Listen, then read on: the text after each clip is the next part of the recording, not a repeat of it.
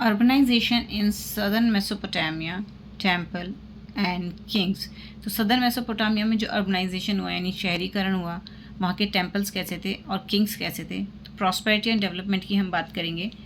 Around 5000 BCE, 5000 BCE के आसपास many small settlements and villages emerge in southern Mesopotamia.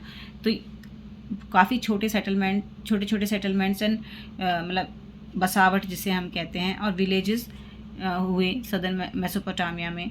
These settlements later developed in cities, और यही छोटी छोटी सेटलमेंट्स मिलकर एक सिटी का रूप ले लेती हैं। These cities were divided into 3 types. ये 3 तरह की सिटीज़ होती थी।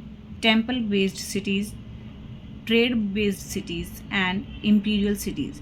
टेम्पल बेस्ड जहाँ पे टेम्पल्स होते थे, ट्रेड बेस्ड जहाँ पे व्यापार और व्यापारी रहते थे, इम्पीरियल सिटीज़ जहाँ पे किंग्स रहते थे। The earliest temples were built in the sun dried mud bricks, sorry with sun dried mud BRICS.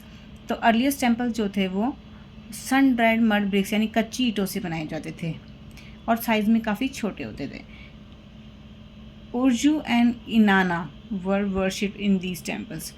उर्जू जो एक चंद्र देवता थे और इनाना जो प्रेम की देवी थी, वो यहाँ पे वर्शिप की जाती थी, उनकी पूजा की जाती थी।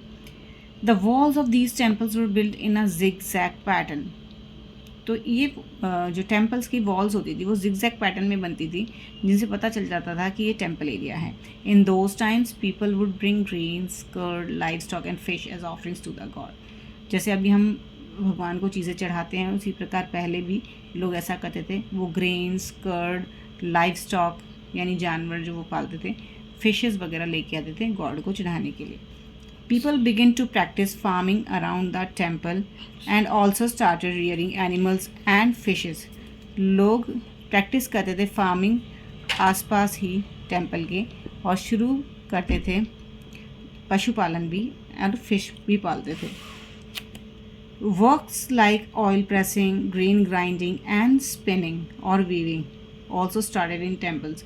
तो ऑयल प्रेसिंग जैसे काम, ग्रेन यानी अनाज पीसने जैसे काम, और स्पिनिंग एंड वीविंग यानी कपड़ा बनाने जैसे काम भी टेम्पल्स के अंदर ही किए जाते थे।